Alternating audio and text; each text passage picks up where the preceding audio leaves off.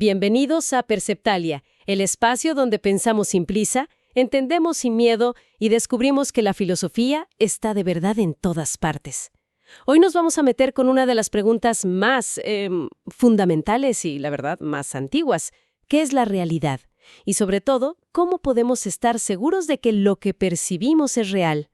¿Alguna vez has tenido esa sensación como de que solo vemos una parte de la historia? ¿Como si la realidad fuera muchísimo más de lo que nuestros ojos alcanzan a captar? Claro, todo el tiempo. Y justo para explorar esa idea, creo que no hay mejor punto de partida que la famosa alegoría de la caverna de Platón. Sí, que todos conocemos, pero a veces se nos olvida lo potente que es. Exacto. A ver, recordemos la escena. Tienes a un grupo de prisioneros que han estado encadenados desde que nacieron en el fondo de una cueva. Y solo pueden ver hacia adelante, a una pared. Justo. A una pared donde se proyectan sombras de objetos que pasan por detrás de ellos. Para estos prisioneros, esas sombras no son representaciones, son la única realidad que conocen. O sea, la sombra de un libro es un libro para ellos. No hay más. No hay más. Y aquí es donde empieza lo bueno. Imagina que uno de esos prisioneros es liberado. El viaje de ese prisionero es tremendo, porque lo primero que siente no es alegría, es dolor. Exacto. Dolor y una confusión total. La luz del sol, que para Platón simboliza la verdad, primero lo ciega. Le duele, no puede ver. Y luego viene la lucha por aceptar que los objetos reales, un árbol, un animal, son más reales que las sombras que él creía que eran todo. Es que es un desarraigo. Todo su mundo se viene abajo.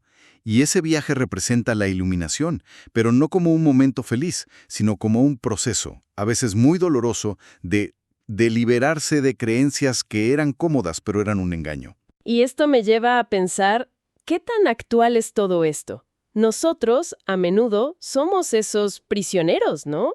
Totalmente. Nuestras sombras hoy en día pueden ser las redes sociales, por ejemplo. O los prejuicios, las narrativas súper simplificadas que consumimos a diario en las noticias. Claro. Entonces, la pregunta es, ¿qué significaría hoy salir de la caverna? Desconectarse. Cuestionar nuestras certezas más profundas.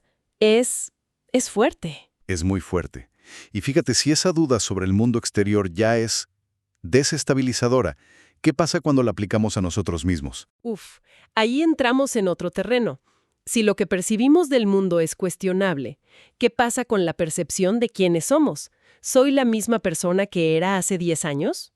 Ahí es donde entra perfecto el siguiente experimento mental, el barco de Teseo. Buenísimo. A ver, la paradoja es simple al principio. Sí. Teseo tiene un barco de madera. Con el tiempo, cada tabla que se pudre la va reemplazando por una nueva. Hasta que eventualmente todas las tablas del barco han sido sustituidas.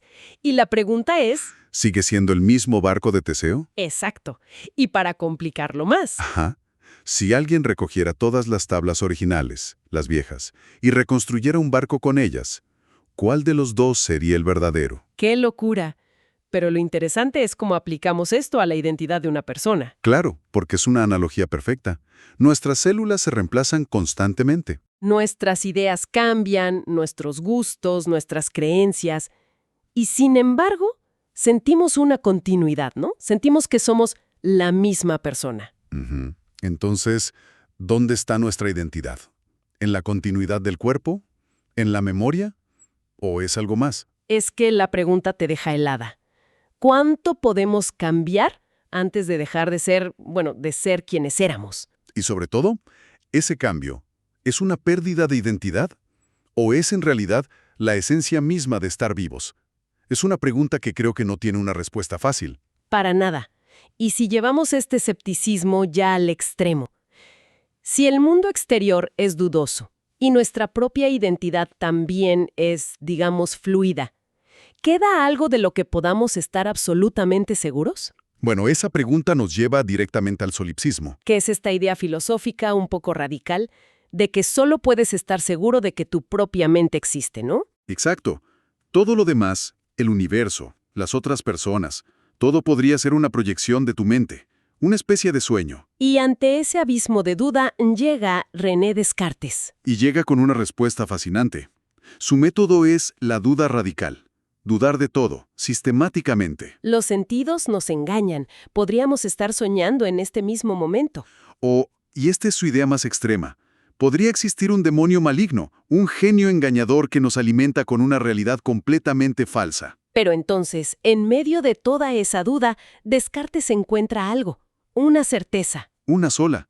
Se da cuenta de que, aunque todo fuera una ilusión, aunque estuviera siendo engañado en todo, el propio acto de dudar demostraba que existía. Claro, para dudar tienes que estar pensando, y para pensar tienes que existir. Y de ahí su famosa frase, cogito ergo sum, pienso, luego existo. Ojo, que esto no prueba que el mundo sea real. No, para nada. Pero establece la autoconciencia, la existencia de la mente que piensa, como la primera certeza innegable, la única roca en un mar de incertidumbre. O sea que la certeza fundamental no la encontramos afuera, en el mundo de las sombras. Sino adentro, en nuestra capacidad de ser conscientes. Y eso lo cambia todo. Totalmente. Y me parece increíble cómo estas ideas tan clásicas conectan con inquietudes súper contemporáneas. La idea de una realidad fabricada ya no es solo filosofía. Ahora resuena con nuestra era digital de una forma muy directa. Claro, y eso nos lleva a la hipótesis de la simulación, del filósofo Nick Bostrom. Que es básicamente una versión tecnológica de la caverna de Platón o del demonio de Descartes. A ver, explícanos el argumento principal. Es bastante vertiginoso. Lo es. El argumento es estilístico. Bostrom dice que, si es posible para una civilización muy avanzada, crear simulaciones de la realidad tan realistas que los seres dentro de ellas sean conscientes, Ok.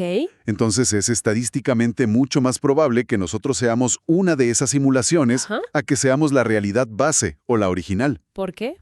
Porque si es posible, no crearían una sola simulación, crearían miles, quizá miles de millones.